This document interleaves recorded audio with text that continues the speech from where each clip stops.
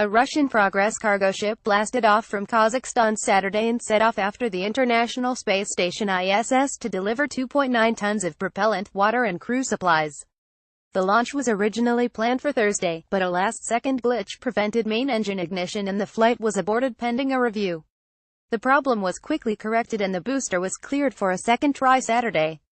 This time around it was clear sailing, and the Progress took off from the Baikonur Cosmodrome at 44,653 am. EDT GMT 4246 p.m. local time, climbing away to the northeast as Earth's rotation carried the pad into the plane of the space station's orbit.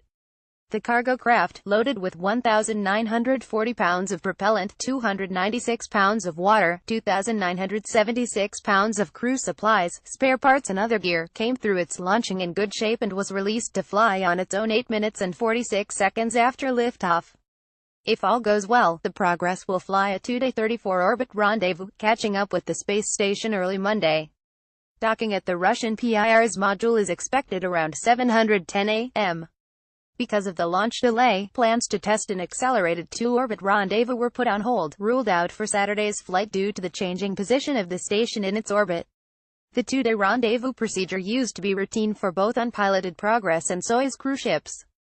But over the past several years, the Russians implemented a 4-orbit 6-hour rendezvous, reducing the time crews spent cooped up in the cramped ferry craft.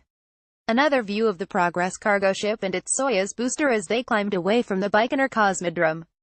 Now, Russian flight planners hope to implement an even faster, 2-orbit rendezvous when orbital mechanics permits, testing it with an unpiloted Progress flight before clearing a Soyuz crew for the same procedure. But Saturday's launch marked the last Progress flight of the year, so the test now will be pushed into 2018. Anton Shkaplerov, a veteran cosmonaut who will command a December flight to the station, said in an interview Wednesday that the faster you fly to the ISS the better. My first flight to the ISS took 2 days and the second flight to the ISS took 6 hours, he said, speaking through a translator. The Soyuz and subsequent vehicles are rather small, they have confined space, there is no hot food, you have no separate crew quarters and other conveniences you can find on the ISS, so it's much better to arrive on board the ISS faster, go to your crew quarters, change your clothes, take off your spacesuit. Shkaplerov and his 2 crewmates, NASA astronauts Scott Tingle and Japanese flyer Norishi Kanai, will fly a 34-orbit rendezvous. Our original launch date was December 27 and we were expected to follow the short 4-orbit rendezvous profile, he said. Since December 25 is a big holiday, it's Christmas in the US and pretty much all of Europe, people want to spend time with their families. Recently they moved our launch date to the left by 10 days. For that launch date, the ballistic numbers do not align for us to have a short rendezvous profile, so we'll spend 2 days flying to the ISS. But we do not mind, because that increases our increment duration by 10 days.